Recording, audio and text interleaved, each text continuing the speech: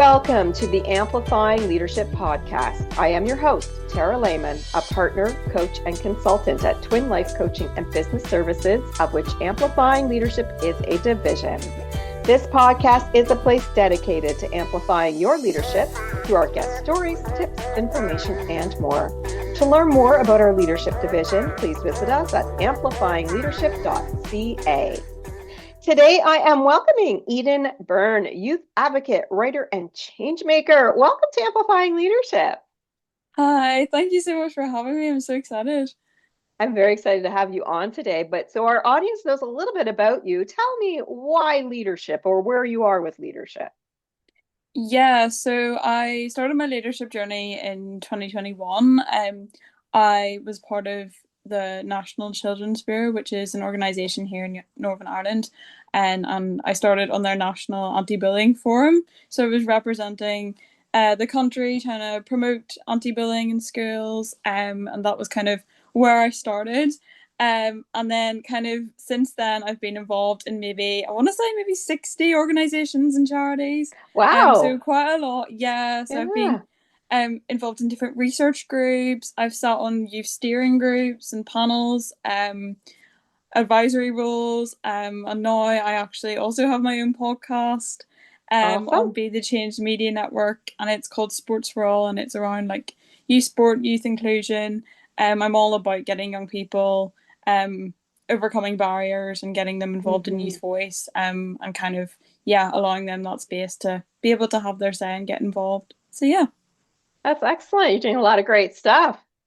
Yeah, In only definitely. It's 4 years. been quite a journey over the last few years. I really enjoyed Yeah, it. absolutely. So why don't you start by giving our audience your definition of youth leadership? So when we're talking today about that as a topic, what does that actually mean to you?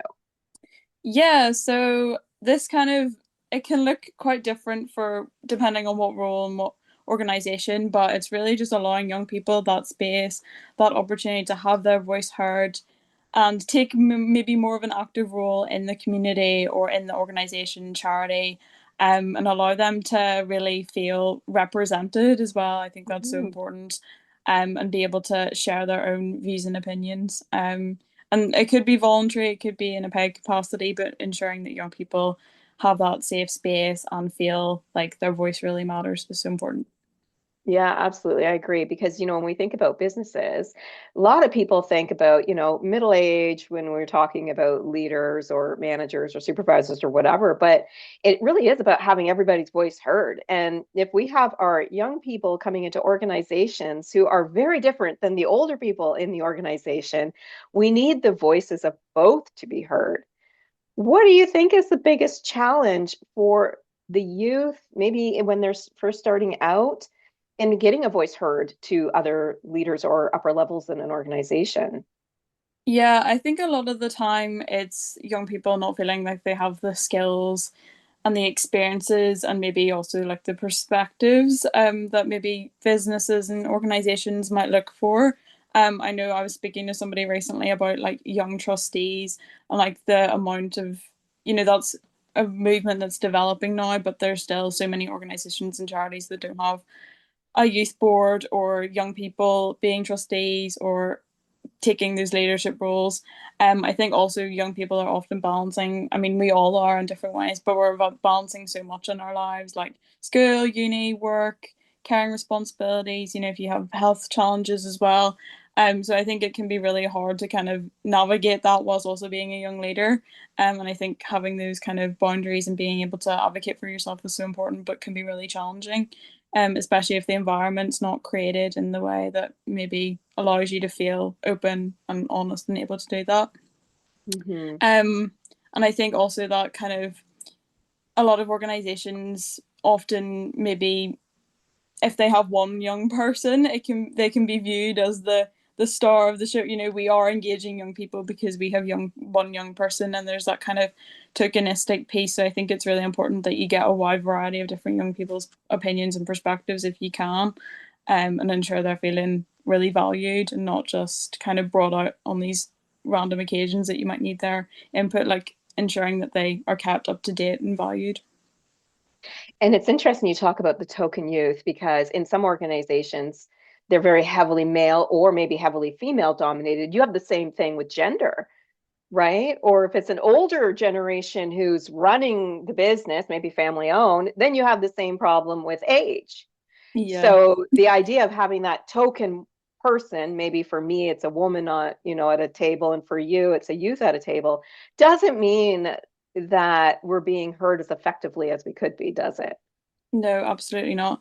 And I think also it's really interesting because for me, a lot of youth voice opportunities are national, and sometimes I kind of fall into that tokenistic Northern Ireland young person. I've been in Mm-hmm. that instance as well on a few occasions, and I think it's just maybe sometimes opportunities aren't often brought here. I'll probably talk a bit about the barriers and stuff later, but I think Mm-hmm. often we don't maybe get as equal access to opportunities in certain areas in certain parts of the UK as well. So yeah, it's really interesting. A whole wide range of different ways it can be tokenistic. Mm-hmm. Yeah, let's talk about those challenges and barriers, right? Because I know that for many organizations, they don't think about the youth coming in. You had mentioned skills earlier that, maybe you don't have the skills that the expectations there for, but do they have to? Right? What are some of those challenges and barriers that you're seeing that the young people coming into organizations, or young leaders, if they happen to suddenly be a supervisor, early 20s, what are some of those challenges and barriers that you are seeing? I think a lot of the time it's the young people feeling that they're not able to have their say, and maybe feeling like intimidated from the other Mm-hmm. leaders. I think a lot of the time, um, people have good intentions and they want young Mm-hmm. people involved and they want to kind of try and make that safe space and ensure that young people are able to get involved, but sometimes it doesn't often go to plan. And I think a lot of the time organizations maybe they don't take on the feedback that the young people are giving, and then Mm-hmm. sometimes the young people don't feel like their contributions are being valued, and therefore might disengage, or it might be reluctant to get involved in the future. So I think it's really important that organizations are like really valuing young people's contributions and actually taking board what they have to say, and really like showing them what those outputs are as well. I think so important because a Mm-hmm. lot of the time maybe you go to a consultation, and you give lots of opinions and really important points of view, and then you don't really know what happens after that. You kind of just they just move on without you. Yeah. So I Yeah. think it's so important that your kind of perspectives are ensured that you're giving them, but you're also receiving the feedback, and what is being implemented afterwards is so important. What do you think is one of the strategies that we could do to actually help current leaders really welcome in our youth, our younger generation, and younger leaders too, and not just kind of go, oh, yeah, Eden just said that. Oh, okay, whatever. And we're going to do what I always do.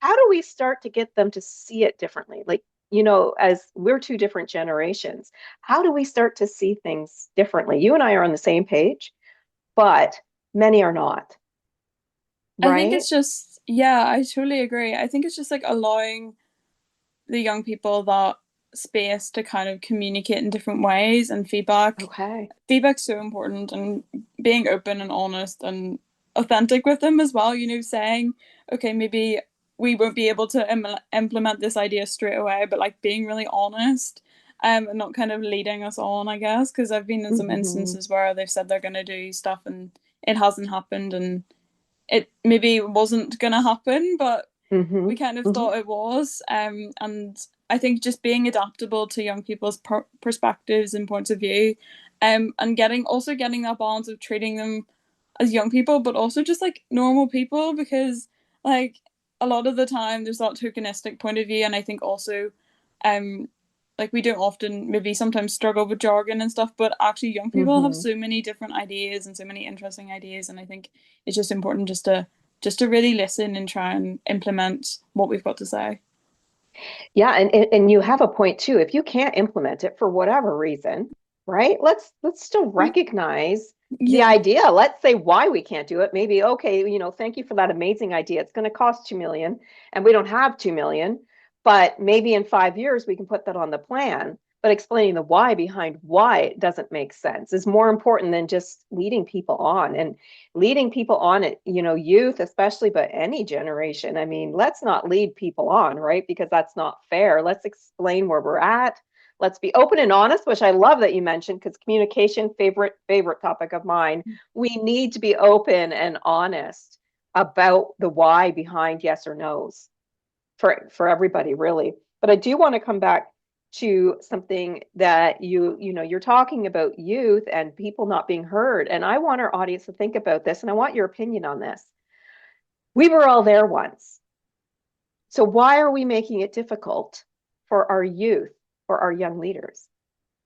I think sometimes you forget what it's like to be a young person and kind of navigating so many different challenges. And I think especially now there's so many new things. We've got like all that social media pressure. Mm. There's a lot more emphasis on academics as well. And I Mhm. think also, struggles around employment. There's so much issues going on, and there's so much going on in all of our heads all of the time. Yeah. And I think often sometimes people forget that and forget that young people have a lot of other things going on as well, and just to try and manage their responsibilities can be really hard whenever you're so young.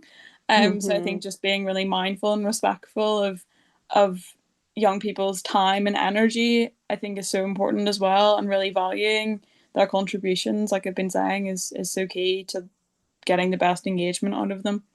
Absolutely. And I don't know about you over in Ireland, but here our youth are really having a hard time finding jobs. I mean, the unemployment rate for the youth is very, very high.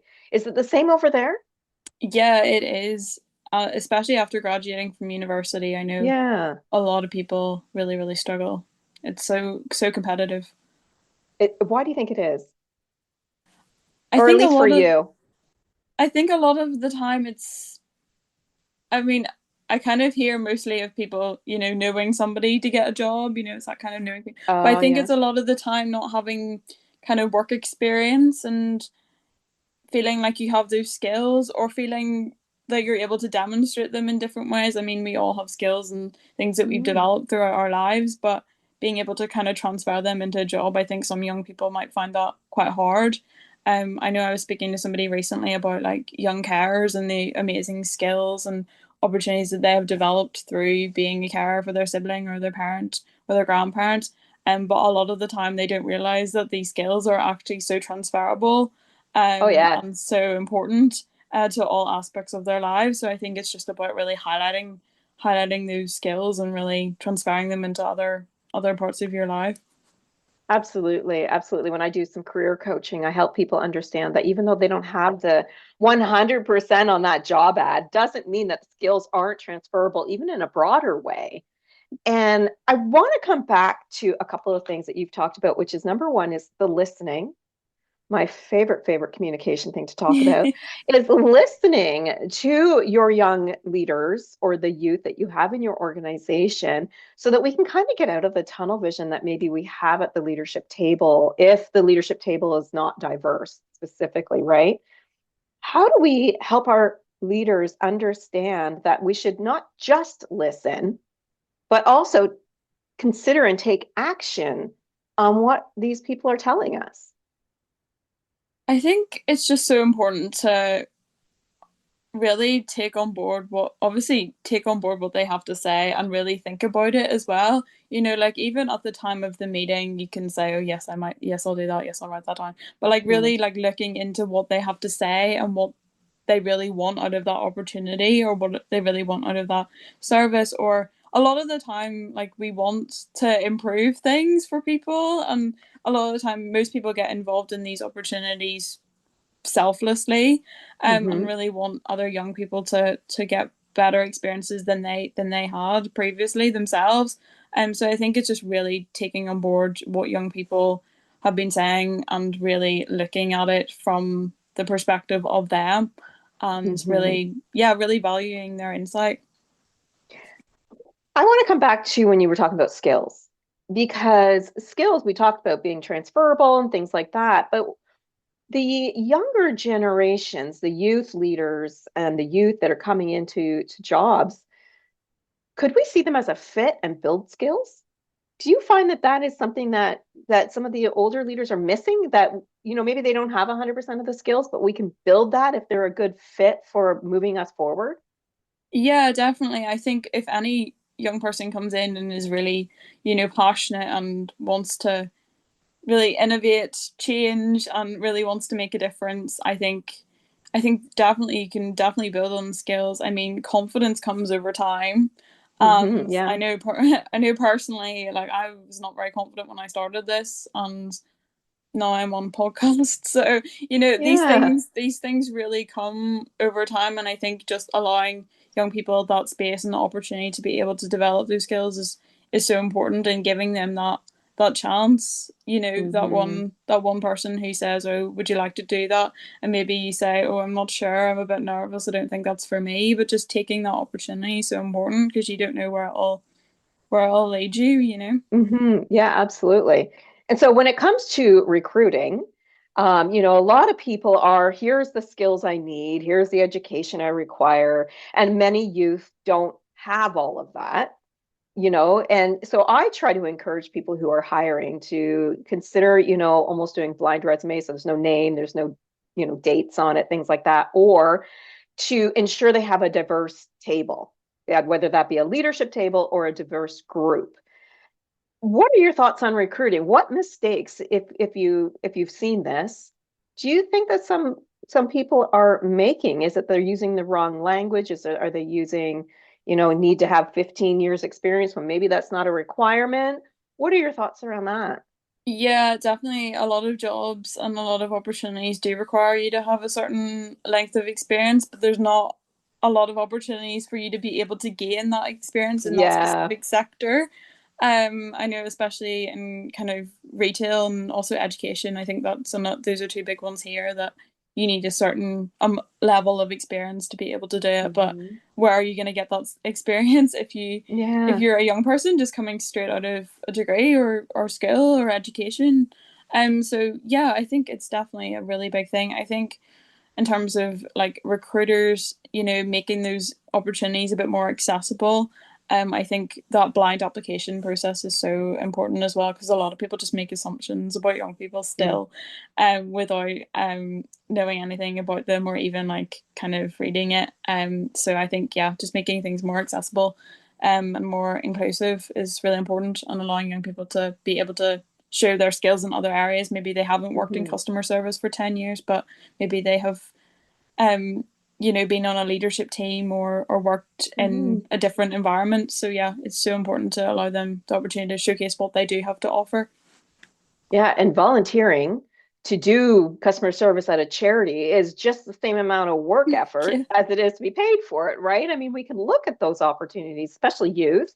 I mean, I don't know where everybody else listening lives, but where we are specifically in Ontario, Canada, my daughter has to do so much volunteering before she can even leave school, before she can graduate high school, which is great because it builds a skill set that you can then take into a job or a university or whatever, right? I want to talk about our diverse age groups on leadership teams. So let's say we have a young person as a new manager or supervisor, and we have the older person and everybody in between, because there's several groups right now who are in the workplace. How do we make sure that those who are set in their ways and those who are new with fresh ideas, how do we get them to work together? How do we see how they can collaborate? I mean, you mentioned listening, but not everybody's great at that. Do you have any other strategies that can really help with that leadership team at the table, all I levels? think, What do yeah. they do, right? Yeah, I think for the young people, I think just being open to asking questions is so important. I know it can be quite intimidating, but just being Hmm. really open to learn from the other leaders in the group can be really insightful to expand your knowledge, but also allow you that space to be able to, be seen as somebody who is really interested.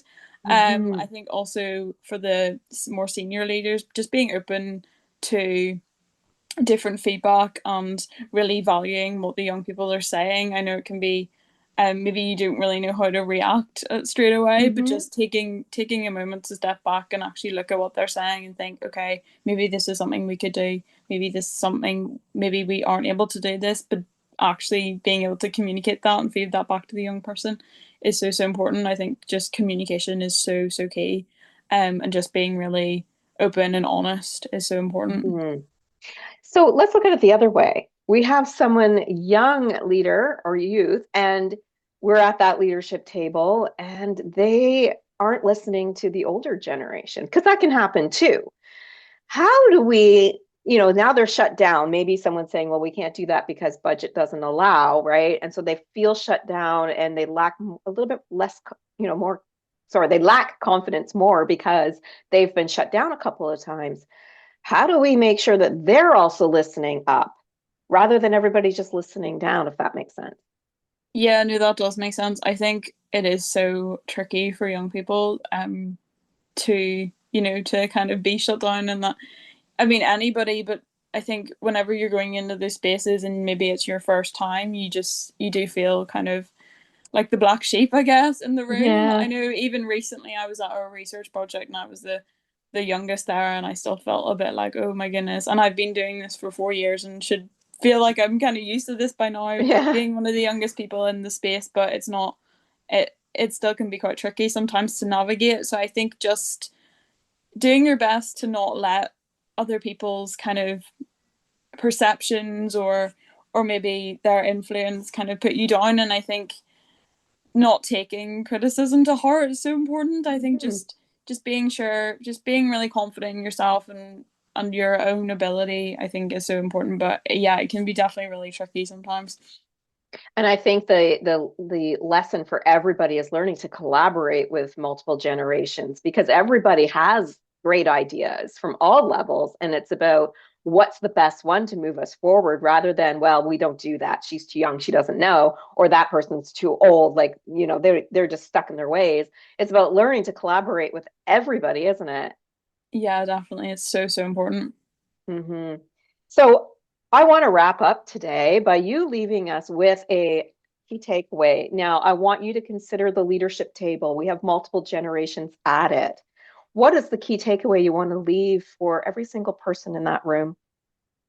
Um, Kind of a bit cliche, but Yeah. somebody said to me, and it's something I've been thinking about a lot recently. Young people are not just the voices of the future, but they're the voices of today, and I think that is so important to remember, especially whenever you're in those spaces with those young people. Um, they're making the difference. They're coming up with these great ideas. They're really living through everything that is going on in the world. So I think it's just so important to remember that. And I think just allowing them, like I've been saying, that space to be open, be authentic, and be flexible. And if you're a leader who's maybe been there for a few years, just really being open to new perspectives and being Mhm. accommodating and adaptable. It's just so important. Key words for every leader, right? Accommodating, Yeah, collaborative, adaptable, listening, communication. I mean, I think every level needs to hear that. absolutely. Yeah. Any final thoughts before we wrap up? um, I don't think so. No, I think that was been great. Thank you so much. Of course. So if our audience wanted to learn more about you, what you do, can they find you online somewhere? Yeah, so I'm on LinkedIn. I'm just my name, Eden Byrne, and then I've also got my podcast on Be the Change Media Network. It's called Sports for All, and there's lots of amazing podcasts all run by young people on that network as well. So yeah, worth having a look. Excellent. Excellent. And so Eden's last name is Bryne. All right, just so our audience can find you easier. Thanks so much for your insights and the information and tips you shared today, Eden. I do hope that everybody is listening to this and learning a bit more about collaboration with all levels. Thank you so much. It's been so good to be on. I really enjoyed it. Thank you, of course, to our audience. We hope you gained some valuable insights or some tips today from our conversation with Eden. If you enjoyed this episode, be sure to leave us a great rating. This helps us and our guests like Eden reach even more leaders with helpful information, insights, and more. We love helping leaders grow and thrive. We would love for you to consider our brand new Amplifying Leadership Circle community. More information is found at amplifyingleadership.ca/community-info. Leadership is better when we do it together. For more information about all of our Amplifying Leadership services, please visit us anytime at amplifyingleadership.ca, a division of Twin Life Coaching and Business Services. Until next time, remember, leadership matters.